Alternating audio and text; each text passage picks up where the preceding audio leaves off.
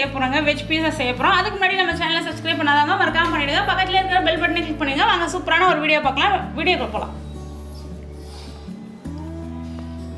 இன்றைக்கி நம்ம பீஸா செய்ய போகிறோம். அதுக்கு என்னென்ன தேவைன்னு பார்த்துடலாம். பாருங்கள், ஒரு 2.5 கப்பு மைதா மாவு எடுத்து வச்சுருக்கோம். வெங்காயம் பார்த்திங்கன்னா பெருசாக கட் பண்ணி வச்சுருக்கோம். சீஸ் பார்த்திங்கன்னா இது mozzarella சீஸ் தான், இதை துருவி வச்சுருக்கோம். அடுத்து பார்த்திங்கன்னா எண்ணெய் ஒரு 2.5 டீஸ்பூன் எடுத்துருக்கோம்.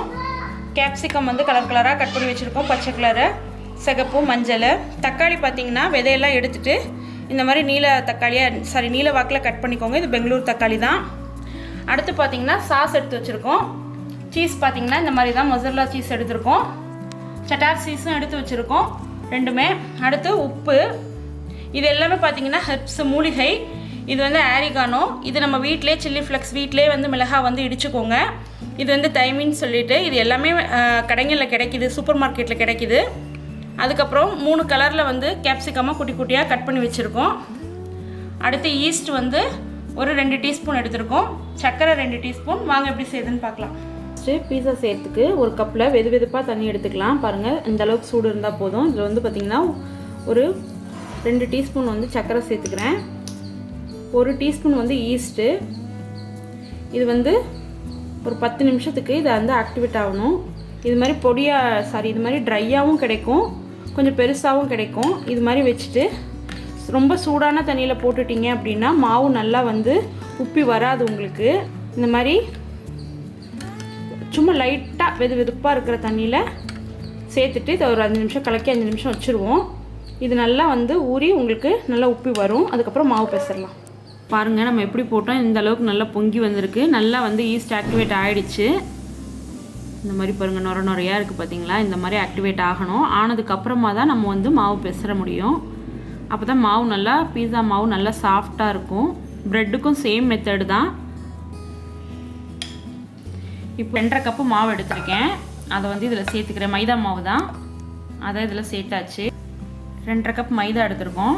அதில் பார்த்திங்கன்னா 1 டீஸ்பூன் அளவுக்கு நான் உப்பு சேர்க்குறேன். அப்புறம் சின்ன கப்பில் ஒரு 2 டீஸ்பூன் அளவுக்கு எண்ணெய். இப்போது இது எல்லாத்தையும் ஃபஸ்ட்டு ஒன்றா மிக்ஸ் பண்ணி விட்டுடலாம். மிக்ஸ் பண்ணி விட்டுட்டு அதுக்கப்புறமா நம்ம ஈஸ்ட் ஆக்டிவேட் பண்ணி வச்சுருக்கோம் இல்லையா, அதை வந்து இதில் சேர்த்து பெசறிடலாம். ஜஸ்ட் ஒரு கலக்கி விட்டுருவோம். இப்போது இதை சேர்த்து பெசறிடலாம்.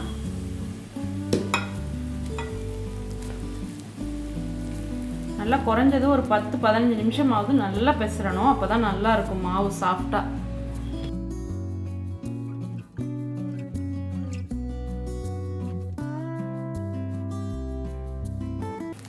ஃபஸ்ட்டு கையிலெல்லாம் ஒட்டுற மாதிரி தான் இருக்கும். பெசற கரெக்டாக செட் ஆயிடும்.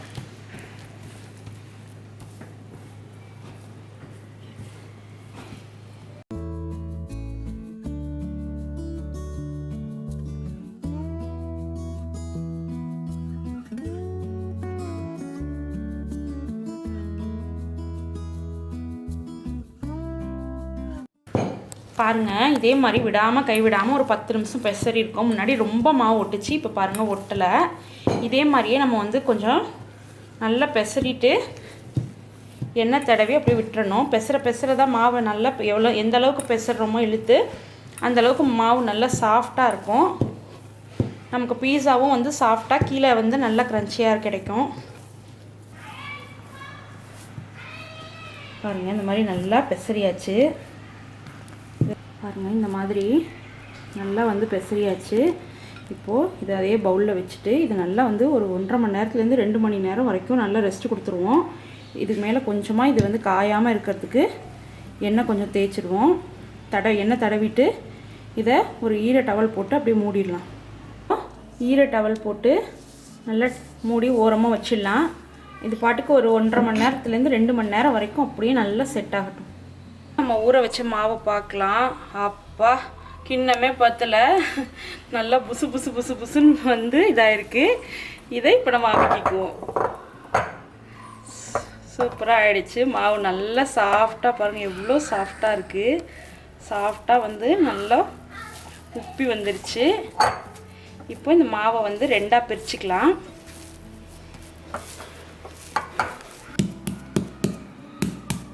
மாவு நல்லா சாஃப்ட் ஆகிடுச்சு. இப்போது இதை வந்து ரெண்டாக பிரிச்சுக்கலாம்.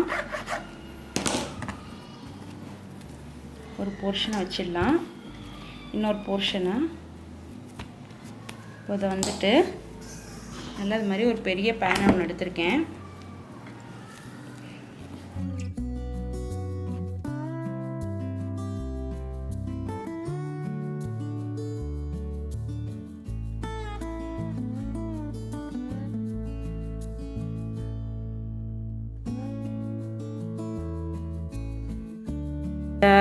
பீஸாவோட இந்த பேஸ் மாவு மட்டும் ரெடி பண்ணிட்டோம்னா அதுக்கப்புறமா ஈஸியாக நம்ம வந்து மற்றதெல்லாம் வந்து ஈஸியாக செட் பண்ணிடலாம்.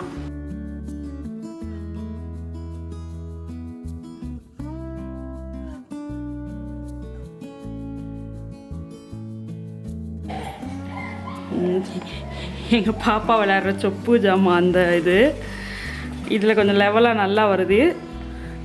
அதாவது ஒரு பக்கம் ஒரு பக்கம் வந்து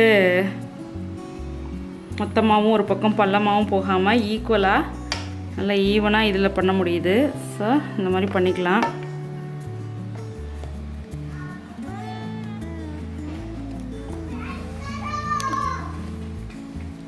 இப்போது இந்த மாதிரி நல்லா ஹோல் போட்டுக்கலாம்.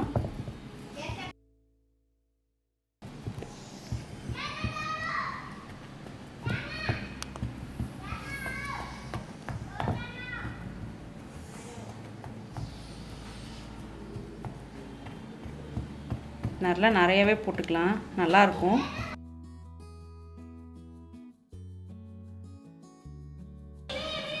போட்டதுக்கப்புறமா இது ஹோம்மேட் சாஸ் தான். நம்ம நார்மல் டொமேட்டோ சாஸ் தான் நான் யூஸ் பண்ணுறேன்.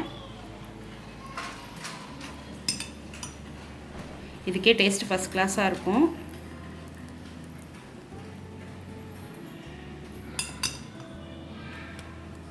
நல்லா நிறையா வந்து ஸ்ப்ரெட் பண்ணி விட்டுக்கோங்க கார்னர் ஃபுல்லாக.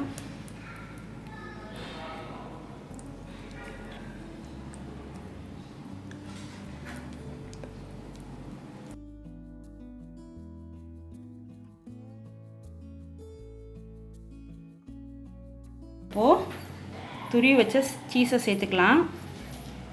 நல்லா நிறையா சேர்த்துக்குவோம் சீஸை, டேஸ்ட் நல்லாயிருக்கும்.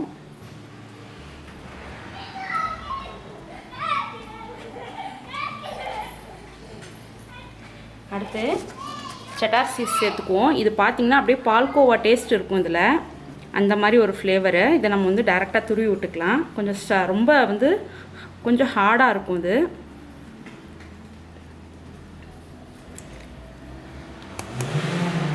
துருவி விட்டுட்டு அடுத்து பார்த்திங்கன்னா சில்லி ஃப்ளெக்ஸு இது சேர்த்துப்போம். அடுத்து பார்த்திங்கன்னா அந்த மூலிகை சொல்லியிருந்தோம் இல்லையா, ஹர்ப்ஸ் எல்லாம், அது எல்லாத்தையுமே சேர்த்துக்குவோம். oregano, சில்லி ஃப்ளெக்ஸு, தைமி எல்லாத்தையும் சேர்த்துக்கலாம். இதெல்லாம் சேர்க்குறப்ப நம்மளோட பீஸா ரொம்ப சூப்பராக இருக்கும். மூலிகைங்கிறதுனால உடம்புக்கு நல்லது தான். அடுத்து கேப்சிகம் சேர்த்துப்போம். உங்களுக்கு எந்த மாதிரி வேணுமோ அந்த மாதிரி சேர்த்துக்கோங்க. பீஸா வந்து அலங்காரம் பண்ணுறதுக்கு தான் லேட் ஆகும், மற்றபடி பேஸ் ரெடி பண்ணிட்டோன்னா டக்குன்னு செஞ்சிடலாம்.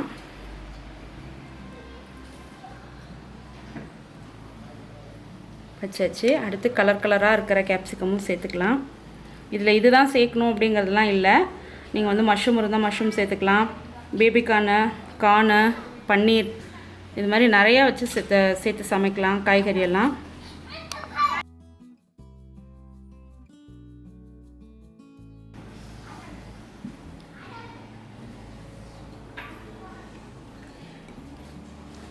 அடுத்தது எல்லா கலர்லேயும் அப்படியே சேர்த்துட்டே இருப்போம். நம்ம நல்லா நிறையா சேர்த்து செஞ்சோன்னா சூப்பராக கலர்ஃபுல்லாக இருக்கும்.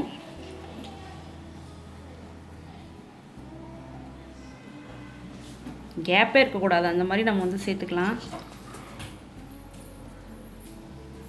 அடுத்து தக்காளி சேர்த்துக்கலாம். சும்மா அங்கோ நீங்கள் ஒன்றா சேர்த்தா போதும், தக்காளி அதிகமாக சேர்க்கணுன்னு இல்லை. அடுத்தது வெங்காயம், இதை பரவலாக அப்படியே சேர்த்து விட்டுடலாம். சேர்த்துட்டு இது மேலே இன்னும் சீஸ் கொஞ்சம் போடணும். இப்போ சீஸ் சேர்த்துடலாம்.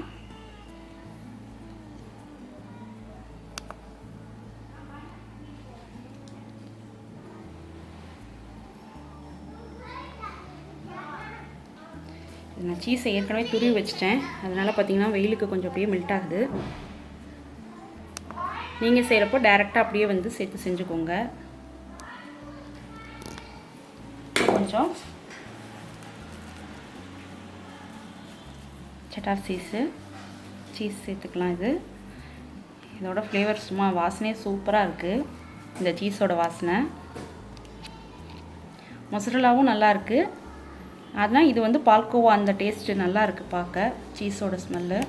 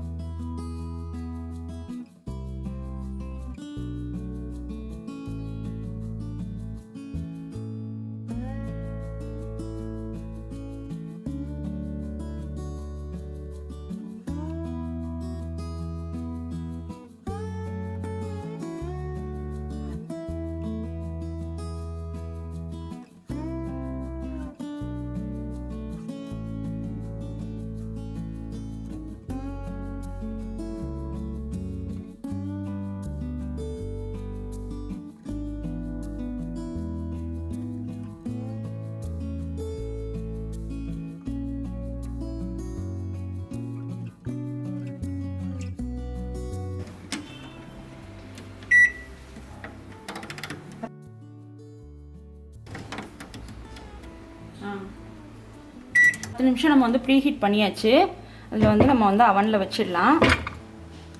வச்சுட்டு மூடிட்டு 220 டிகிரியில் 20 நிமிஷத்துக்கு நம்ம வந்து செட் பண்ணிவிட்டு ஆன் பண்ணிவிடுவோம். இது வந்து ரெடி ஆகும்.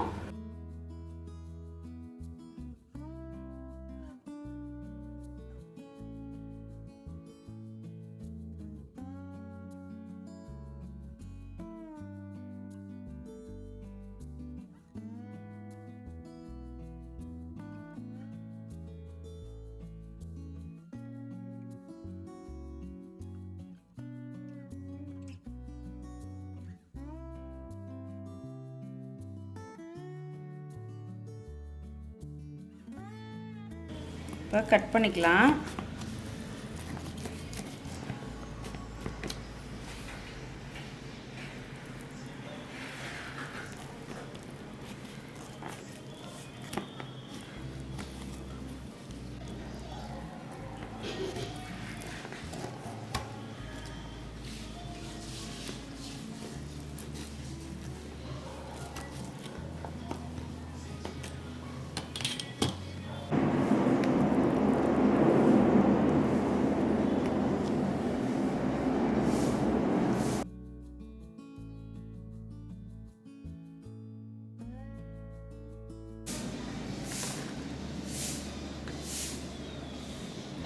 இன்றைக்கி நம்ம சூப்பரான பீஸா ரெடி பண்ணியிருக்கோம் வீட்டிலே. ரொம்ப சூப்பராக இருக்கும். நீங்களும் கண்டிப்பாக ட்ரை பண்ணி பாருங்கள். உங்களுக்கு இந்த வீடியோ பிடிச்சிருக்கும் நம்புறேன். உங்களுக்கு இந்த வீடியோ பிடிச்சிருந்ததுனா லைக் பண்ணுங்கள், கமெண்ட் பண்ணுங்கள், ஷேர் பண்ணுங்கள், மறக்காமல் சப்ஸ்கிரைப் பண்ணுங்கள். பக்கத்தில் இருக்கிற பெல் பட்டனை கிளிக் பண்ணிடுங்க. நம்ம சேனலை சப்போர்ட் பண்ணுங்கள். தேங்க்ஸ் ஃபார் வாட்சிங்.